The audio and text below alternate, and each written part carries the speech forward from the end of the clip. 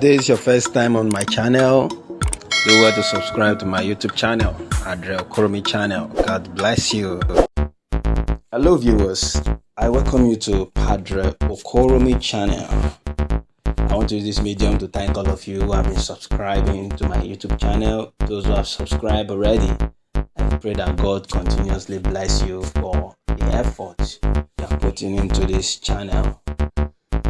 And for those who have not subscribed yet, as you listen to this video, please do not forget to subscribe. If today is your first time on my channel, do well to subscribe to my YouTube channel, Padre Okoromi channel. God bless you. Today I'll be continuing with a series in which I began some weeks ago, which is investing in business with little or no capital. Today I am going to be doing 4 different kinds of business that falls into this category. Already we have looked at firewood supply. Today we are going to be looking at growing of vegetables during dry season, packaging of food items, meat retailing, and the last one, plantain production with other enterprises based on plantain. These are the 4 I'm going to be looking at in this particular episode. Let me start with the first. If today is your first time on my channel, do well to subscribe to my YouTube. Vegetables during the dry season. In most parts of Nigeria, vegetables, particularly the local ones, will grow almost everywhere. If you want to make money from vegetables, then grow them during the dry season, because during the wet season, during the rainy season, almost every corner you see vegetables growing. But if you want to make money out of this particular aspect of agriculture, you can think of growing them during the dry season. For this, of course, you need a piece of land. As in law, you cannot buy, you will have to borrow, rent, or lease. In other words, what you require is mainly to obtain use rights of a piece of land. If you are starting as a part-time vegetable grower, you need between half an acre or 1 acre. For dry season farming, you need a lot of land near a river or a flood plain. If one cannot obtain land in such a location, then there must be a source of water, especially artificial irrigation. You may need a well and a lift pump. All you need after the initial land clearing and land preparation are hoes, cutlasses, rakes, and wheelbarrows. To understand this particular aspect of agriculture, at least that is growing vegetables during the dry season, the best place in Lagos State that I have seen this done very well is LASU, that's Lagos State University. The fence is there. Almost all the fence there is used by the Hausas for planting different vegetables. When you grow there in and out of season, there is always vegetable there. Many people from every part of Lagos comes to buy vegetables there, whether dry season or no dry season. Grow vegetables that are in demand in your area. That's very, very important. For instance, if you want to grow vegetables for people in Lagos or Ibadan, you need to concentrate on local vegetables such as shoko, tete, ewedu, ugu, and tomatoes. If you live in high-income area, you may wish to cultivate some exotic vegetables that are very, very expensive. You will need to purchase vegetable seeds in the first year. This can be obtained from friends, research institutes, and the university. In subsequent years, you can raise your own seeds and seedlings. Note that some research institute will advise you to come back for new seeds every year. This is very reasonable. This is a very reasonable advice. Quite often, you may be able to obtain higher yields from such seeds from the research institute than from the normal seed, because as time goes on, there is always an update or an advancement in the particular way a seed behave. You may need to hire a full-time gardener for about 10,000 to 15,000 per month. If your farm is located near a village, employ your gardener from the village. The other inputs will be poultry droppings, which may eliminate the need for artificial fertilizers such as NPK. Within a period of 7 months, it is possible to harvest as much as 5 to 10 tons of, say, okra from 1 acre of land. The annual average price of okra per kilogram is about 100 naira. Even it's about 100 naira. But as the price of okra, as the price of everything has skyrocketed in the market today, this price is no longer like that. It has gone above the price that we are looking at now. Even as 5 tons per acre or 5,000 kilos, an acre of okra alone will fetch you an estimate of 500,000 naira. That comes out at 70,000 per month. You can devote the land to growing maize during the rainy season, and if you plant early, you may be able to add another 1 million naira to your income. Get in touch with Horticultural Institute or Department of Agriculture in some of the university or the Agricultural Development Program of the Ministry of Agriculture in all the states of the Federation for average yields and prices of these vegetables, as well as other information. If more land becomes available, you can make it a full-time job, or 3 to 4 acres of land, and the annual income from about 4 acres might be as high as 2 million naira. Once it becomes a full-time business, you must have distribution center where you will dispose of your vegetables every morning. Also locate market days and supply buyers there regularly. Remember that vegetables are perishable.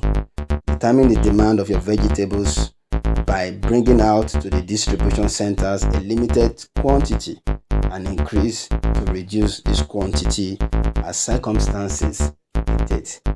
If you live in an area where there are foreigners or high-income people, you can make a fortune growing exotic vegetables like carrots, cabbage, lettuce, watermelon, etc. etc. The management of this vegetable is as simple as for local leafy vegetables. However, as said earlier, you must meet those who have the knowledge of growing exotic vegetables. If today is your first time on my channel, do well to subscribe to my YouTube channel, Adre channel. God bless you. Second one is packaging of food items. This can be small business, just as it can also be a large business, as someone can imagine. As a small business, it can start from your home. You can use your children, house help, brothers and sisters to pack a number of food items that can easily be disposed of.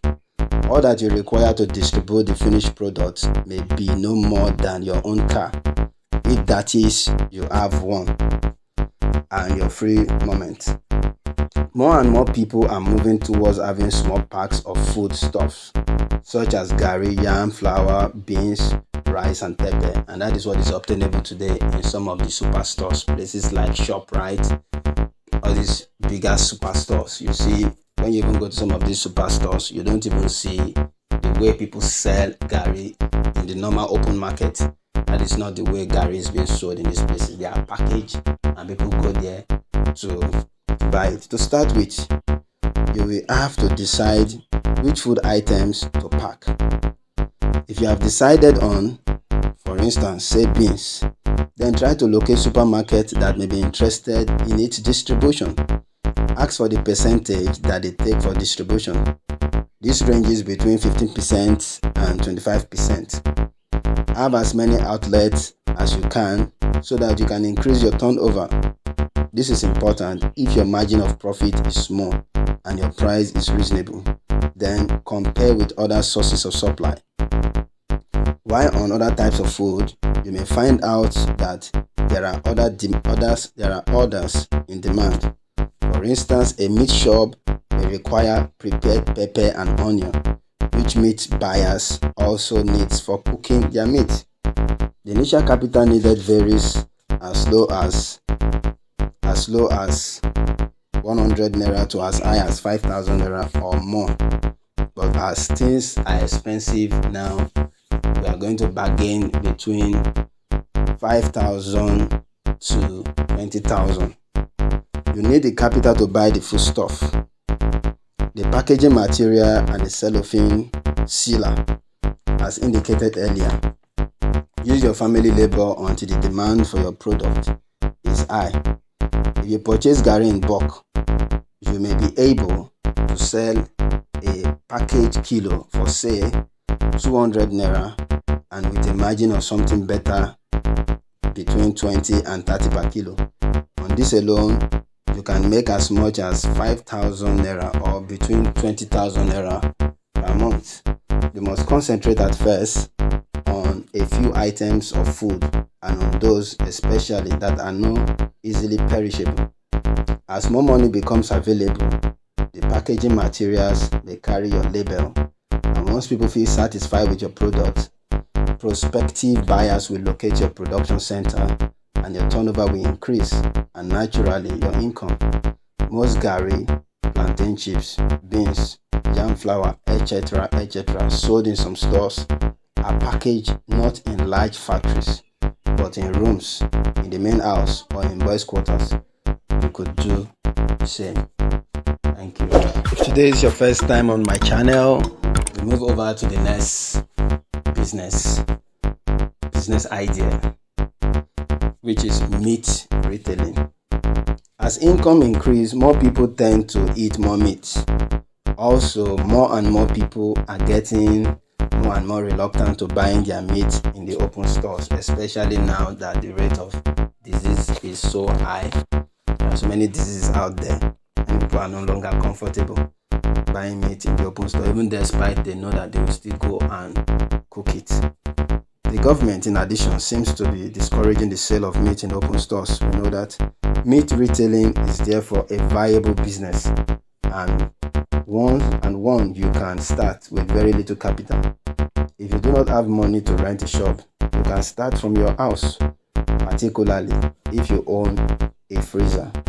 And now that we are in a technological age, the online store, the online business is there. If you have a garage, so much the better for you. If you have to operate from your house, you need first of all to identify people who need meat in some sizable amount. For instance, 20 people may need a cow, or 4 people may need a goat, a ram, or a pig. Having identified such people and collected their orders, you then proceed to the cattle market or the goat market, etc.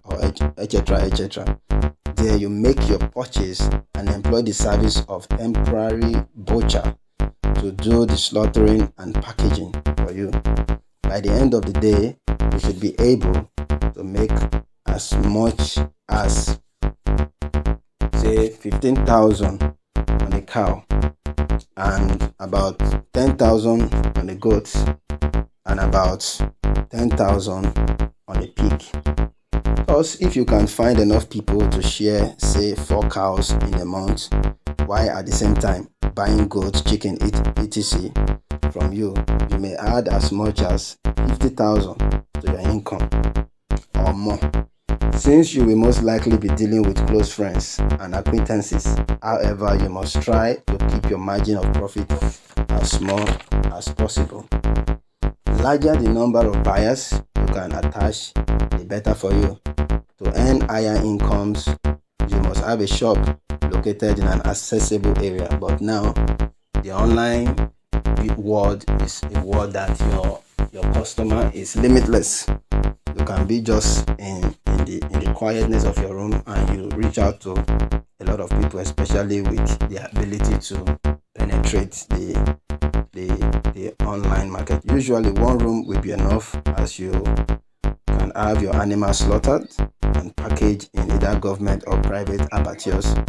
Once you have a shop, you need a freezer and a generator. The permanent staff you will need at the start are a butcher and a sales girl. But with the online business, you may not need this. All you just need is the machine that will distribute your goods for you. If you can slaughter and dispose of 1 cow a day for 6 days a week, you may earn a net income of about say 50,000 per month. If you are able to add the sale of chicken, eggs, goat, meat, pork, then the net income per month can be as high as 100,000 naira or more. All your investment in freezer, scale, knives, cutlasses and the generator should not exceed 200,000 naira for a start. Yeah, 200,000 in the sense that we know some freezer are very much expensive, but you can go for the one that is less expensive, say between 200,000 and 300,000, and you should be able to recover all this within a year. To make maximum profit, you must be able to buy your animals at cheap prices.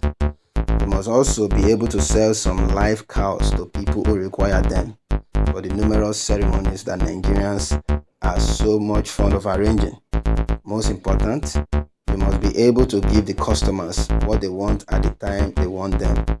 This business can develop into a very big one if you are in a position financially to supply big departmental stores, hotels and institutions.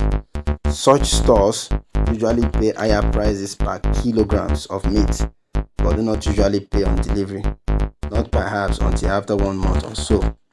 You must therefore have some money that you can tie down for some time.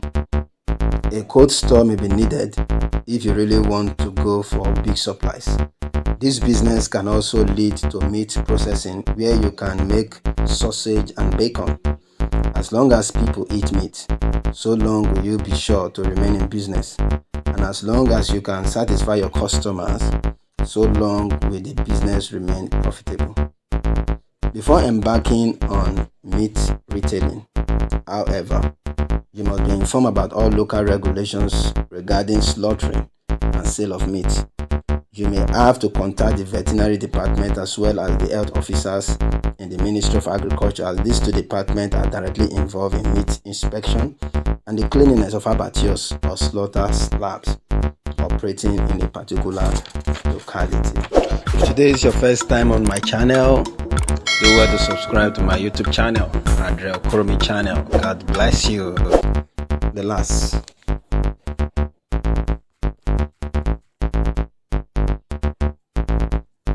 Plantain production with other enterprise based on plantain. Plantains and banana thrive in areas of moderate to heavy rainfall. Most plantains and bananas sold in the market and by the roadside are obtained from farms where the crops have been grown as cover crops or used to demarcate boundaries of farms. There are in this country very few large plantain or banana plantations, such as one found in Cameroon, for instance. Plantain is one of the popular diets in Nigeria. The ripe plantain is fried as dodo, while the unripe but matured ones can be made into plantain chips. In some rural areas, plantain flour is made and is a favorite dish. In taste and texture, the product of the plantain flour is similar to that of yam flour, whilst the technology for making the former is much easier than for making it yam equivalent. It is now recommended for diabetics as a result of its low carbohydrate. Plantain suckers are also in great demand among those who want to establish plantain farms or who want to use them as cover crops. For instance, cocoa, coffee and orange farm need cover crops like plantain. From the above, it is clear that there are at least 4 different enterprises in plantain production. A half acre to 1 acre should be big enough for a beginner. In some cases, you may be able to obtain suckers free of charge, but be prepared to buy. Suckers now cost between 30 to 50 naira, but now it has also gone up to the price of 100 naira. For you, that may be your main business. That is production of plantain suckers. For instance, for the production of suckers, you could have as much as 1,000 stands per acre. On average, you will produce at least 3,000 suckers per year. Usually, a plantain produces between 4 suckers per year. If you sell at 30 naira per suckers, for instance alone, which the price has even gone up now, because per suckers now is now about 100 naira. So if you multiply that, you already know what you are gaining from selling suckers alone. The maturity time for most types of plantain is 9 months. Assuming a bunch from 800 stands, which we sell at least for 300 naira, that is an additional 240,000 naira per annum added to what you get from selling the suckers. Some varieties produce 2 bunches per tree. There are some varieties of plantain suckers. If you can obtain such, your income from plantain may be higher. In the second year of operation, you may be making as much as 300,000 to 500,000 from an acre of plantain. The cost of establishment, if you already have a piece of land, should not be more than 100,000 in the first year. This will drop to about 50,000 in the second. For maximum profit, however, you ensure that you control peak fairing. For those who want to concentrate on producing only suckers for sale, this can be done through what we have called rapid multiplication of plantain suckers. There are various methods of doing this, and can be taught to you if you approach some universities and some research institutes as well. The easiest way is to take the stem of a harvested plantain and cut them into sets, as if you were cutting yams into sets. Instead of planting them face up like yam, plant them face down. The suckers will grow from this set within 2 to 3 weeks. These are then taken to a nursery where they will be before transplanting or before sale. Another method is the IITA, where one suckers can produce up to 3 or 4 suckers within 3 months. In this case, you buy ordinary suckers and prepare them. These are planted in a small greenhouse, locally built. Within a month or so, more than 4 suckers may be grown from one suckers.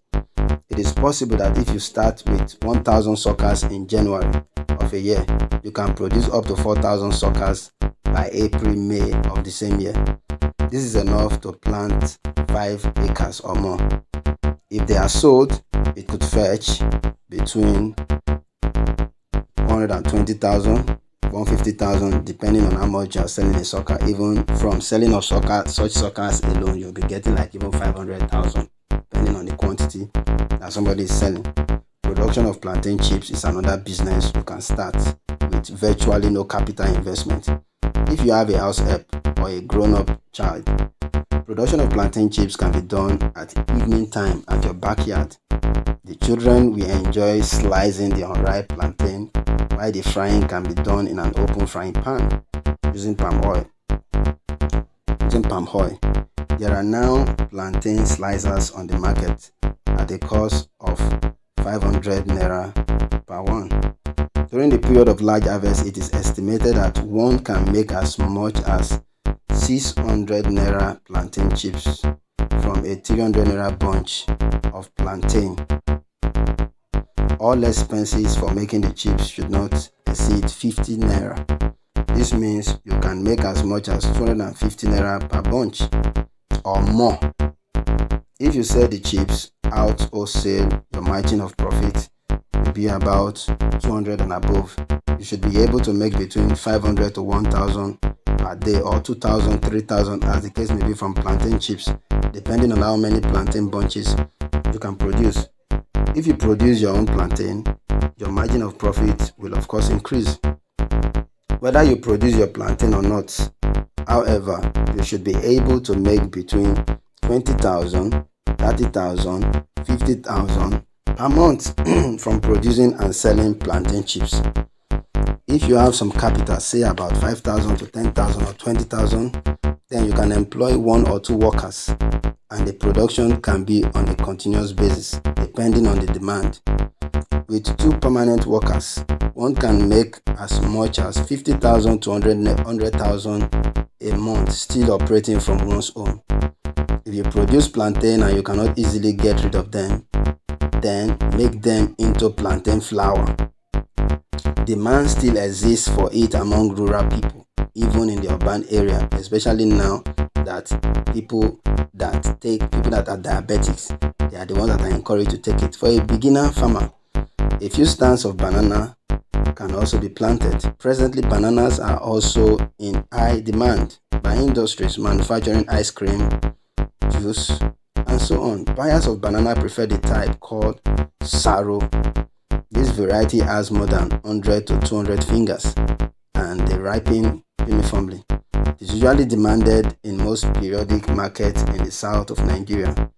Of recent, the dry leaves of plantains and banana are increasingly being used by kola nut traders, and a large market exists for these leaves in southern Nigeria. And it is also, let us not also forget that it is highly medicinal. It cures a lot of diseases. Where the kola nut markets are near to the plantain farms. Additionally, money can be made by selling dry leaves of plantain and banana. So we can see from the exposition so far that the businesses that we have talked about this morning, they are businesses that is at our reach. It only take one to bring his or her head down to understand that this is a business that one can venture into. Don't forget, we are still in the series called Investing in Business with Little or No Capital. So in some weeks from now, we'll be delving into other businesses also that we can look at. Do not forget to subscribe to my YouTube channel. If you have enjoyed this broadcast, I remain Padre Okoromi Paul. Thank you.